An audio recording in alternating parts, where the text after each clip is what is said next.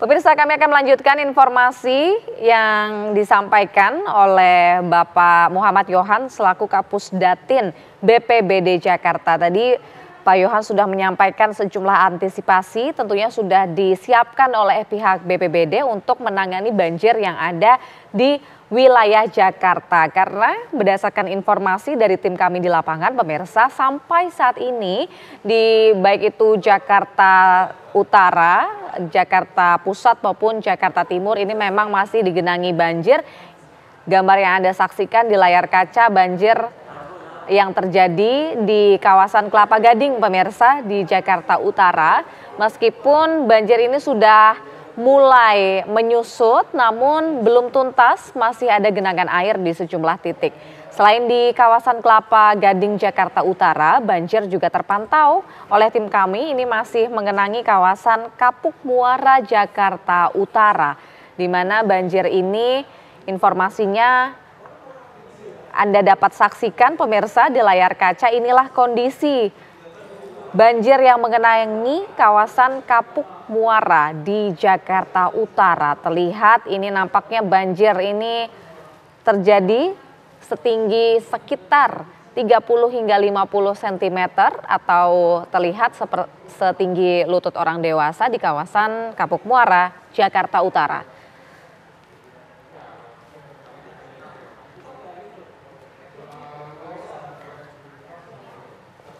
Ya, kami akan melanjutkan dialog pemirsa bersama dengan Kapus Datin BPBD Jakarta, ada Bapak Muhammad Yohan. Pak Yohan, kalau dari banjir yang terjadi saat ini di sejumlah titik di wilayah Jakarta, apakah ada warga yang sampai harus mengungsi Pak akibat banjir ini? Baik, dari data yang tadi diupdate sekitar pukul 9, ada 6 kelurahan yang memang terjadi pengungsian.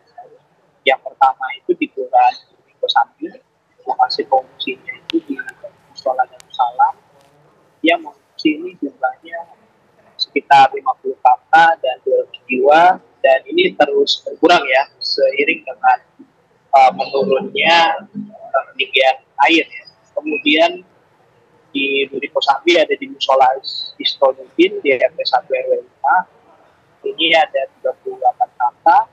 Kemudian ada di Kelurahan Kedaung Kaliake, ini ada di Masjid Jamial Kudolah ya, ini ada 13 kakak, 37 jiwa.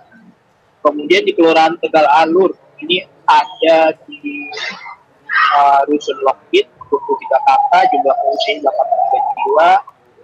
Kemudian di Kelurahan Pegadungan juga ada 75 kakak, 300 jiwa nih di RT 5 RW 4. Di Kelurahan Cakung Timur, ini Kelurahan Cakung Timur sempat banyak yang mengungsi, tapi sekarang tersisa 100 jiwa saja karena sudah surut ya. Kemudian di Kelurahan Rorotan ini ada 92 kakak dan 280 jiwa. Lokasi pengungsiannya di depo BCC ya. Dan ini semua jumlahnya masih kami update lagi, masih kami umumkan lagi. Karena seiring dengan turunnya genangan air di beberapa titik, sebagaimana tadi sudah disampaikan di awal-awal, ini jumlah pengungsinya tentu saja juga semakin berkurang ya, karena mereka banyak yang kembali ke tempat tinggalnya masing-masing. Baik, Pak, tapi kendala menanggulangi banjir kali ini seperti apa sih Pak di wilayah Jakarta? Kendalanya mungkin ini lebih kepada terjadinya itu malam hari ya. Malam hari itu juga cukup terkendala ya, dengan penerangan dan lain-lain. Ini terjadinya malam hari. Namun demikian karena sudah diprediksi dari sore harinya, sehingga warga sendiri banyak yang memang sudah melakukan langkah-langkah antisipasi ya. Seperti yang di bantaran sungai itu, mayoritas itu kan kebanyakan rumahnya itu memang sudah mereka jadikan 2 lantai ya. Jadi ketika mereka mendengar alat DWS bahwa akan ada air sampai ke wilayahnya, mereka ya segera evakuasi, dalam arti kan mereka naik ke lantai 2 atau ke wilayah-wilayah yang lebih tinggi. Kemudian pada malam hari memang personil yang dikerahkan tidak full ya, walaupun diinstruksikan full. Tadi malam itu ada sekitar 100 personil BPBD di lapangan yang membantu warga, tapi pagi ini semua nampaknya sudah di lokasi tanggung jawab masing-masing ya untuk membantu penanganan genangan ya, khususnya untuk membantu evakuasi dan juga bahu-membahu bersama pasukan biru dari Dinas Sumber Daya Air, khususnya dalam menggunakan pompa mobile ya. Ada sekitar 5.000 lebih pompa mobile yang dimiliki Dinas Sumber Daya Air, dan kalau itu belum cukup, ada juga dukungan dari pompa-pompa ukuran besar atau pompa statis yang bisa digunakan untuk mempercepat penyedotan genangan. Ada kalanya dibantu juga oleh kawan-kawan di Sdul Karmat. Ini mobil pemadamnya bisa juga dibantu untuk pompa air untuk mengurangi genangan. Jadi sudah banyak sekali upaya yang kami lakukan dari mulai mitigasi sampai penanganan daripada banjir ya. Dan ini kami lakukan bersama-sama lintas OPD dan dipimpin langsung oleh Pak PD. Tapi dari wilayah-wilayah di Jakarta yang paling sulit diatasi atau yang sekiranya masih membutuhkan waktu lama untuk surut total itu wilayah yang mana Pak Yohan? Jadi sebagaimana yang saya tadi sudah sampaikan di awal ya, ini Jakarta Barat itu masih ada 30-an RT ya. Sementara wilayah lain itu cepat surutnya. Nah, kenapa bisa seperti itu? Karena tadi saya juga sudah jelaskan ada faktor hujan lokal juga di Jakarta Barat ya. Jadi hujan intensitas tinggi yang sifatnya lokal di Jakarta Barat, tapi masih didorong juga dengan intensitas hujan yang tinggi di wilayah Depok dan Bogor ya. Sehingga ketika hujan selesai di Jakarta Barat, masih ada dorongan air dari arah hulu ya, dari perbatasan Depok. Airnya berasal dari sana. Kalau untuk skema penanggulangan banjirnya Pak dari pihak BPBD, itu selain mengerahkan pompa mobile sebanyak tadi disebut sekitar 5.000 ya Pak ya, pompa mobile dikerahkan. Nah skema penanggulangannya ya, apalagi itu Pak? Skema penanggulangan banjirnya seperti apa saja Pak? Terutama di daerah yang sulit surut itu. Oh, iya. Tentunya kami juga menggunakan perahu karet ya, kami standby menggunakan perahu karet. Bahkan di lokasi-lokasi tertentu ini kami memang sengaja meninggalkan perahu, menitipkan kepada kelurahan, sehingga apabila terjadi genangan ini bisa segera digunakan. Perahu-perahu yang dititipkan itu bukan hanya perahu karet, tapi ada juga perahu PE ya.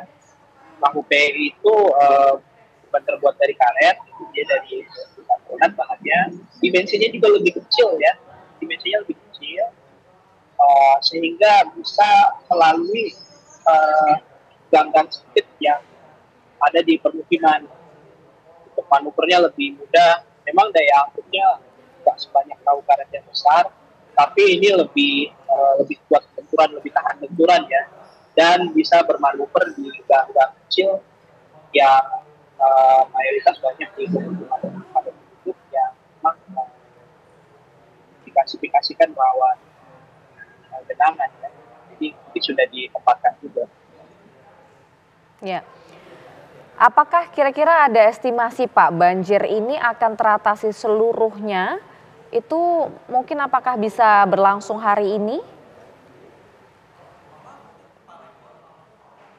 Kita curah hujan bersahabat ya, memang prediksinya ini hujan-hujan sedang ya. Namun demikian apabila tidak ada kejutan-kejutan ini, mungkin hari ini bisa segera diselesaikan genangannya. Karena memang dalam penyelesaian genangan juga tadi berulang kali saya sebutkan ini lintas OPD perannya ya, bukan hanya BPBD saja, tapi kami kerjasama dengan Dinas Sumber Daya Air. Kalau genangannya di ruas jalan itu tentunya dengan Satpol PP dan Disub ya, untuk membantu pengaturan lalu lintasnya, untuk menghalau jangan masuk ke area genangan atau jalannya. Jadi kita kerjanya bareng-bareng. Dan sebelum kita kerja bareng-bareng, memang sudah lama kami berkoordinasi antar OPD ya. Bahkan untuk monitor lokasi, BPBD itu mendapatkan akses sebanyak 1.101 kamera CCTV. Itu diantaranya ada 91 kamera CCTV yang terhubung dengan Dinas Sumber Daya Air, masih juga ada kamera CCTV dari Dishub, dari Satpol PP, sehingga itu sangat memudahkan untuk kami memonitor lokasi-lokasi mana yang memang harus didahulukan ya untuk penanganannya. Jadi kira-kira seperti itu. Ya, Pak Yohan, tapi beberapa daerah ini kan di Jakarta sudah berulang kali ya Pak mengalami banjir. Dari BPBD sendiri yang kira-kira perlu diperhatikan lagi oleh warga jika menghadapi banjir yang berulang ini apa Pak? Ya, baik. Sebetulnya kami juga selalu masif ya melakukan sosialisasi ya. Dari 267 personil yang ada di kelurahan ini biasanya ikut serta dalam acara-acara yang diadakan oleh kelurahan atau warga. Kami juga ikut hadir ya, dan diberi kesempatan untuk mensosialisasikan dan mengingatkan gitu bahwa ini sudah musim hujan, agar bersiap siaga gitu. Kemudian juga nggak pernah bosan kami mengingatkan menjaga kebersihan, jangan membuang sampah ke saluran atau ke kali ya, karena ya itulah yang akhirnya mengakibatkan air itu meluap dan menjadi genangan. Nah, jadi kami cukup gencar secara langsung turun ke wilayah-wilayah bersama juga dengan Satgas ya yang ada di kelurahan, Satgas di seluruh tapak juga sering ikut juga itu untuk sosialisasi ya. Di samping itu kami juga punya langkah yang inovatif ya. Jangka panjang, bahwa untuk mengatasi bencana itu tidak bisa sendiri, harus bersama ya. Ya, betul. Oleh karena itu kami berinovasi mengadakan yang namanya Festival Pendidikan Kesiapsiagaan Bencana. Oke, baik Pak Yohan. Anak-anak usia sekolah ya. Jadi kami bikin perlombaan untuk mitigasi bencana untuk anak-anak sekolah dari tingkat sekolah dasar hingga mahasiswa ya. Ya, jadi mitigasi bencana banjir ini memang perlu ya Pak ya untuk memberikan pengingat itu kepada keluarganya untuk selalu siaga terhadap bencana apapun ya. Betul. Kira-kira seperti itu. Terus bentuk lombanya seperti apa ya? Kami bikin lomba cerdas cermat, kemudian lomba karya ilmiah ya. Lomba karya ilmiah ini bahkan sampai ke tahapan prototype. Tentunya hal-hal itu diharapkan bisa ini ya Pak, menjadi edukasi untuk warga supaya bisa memitigasi bencana, terutama bencana banjir di Jakarta. Baik, terima kasih atas informasinya Bapak Muhammad Yohan selaku Kapus Datin BPBD Jakarta. Pemirsa, kita akan jeda terlebih dahulu, namun usai jeda Breaking News TV One akan kembali untuk Anda.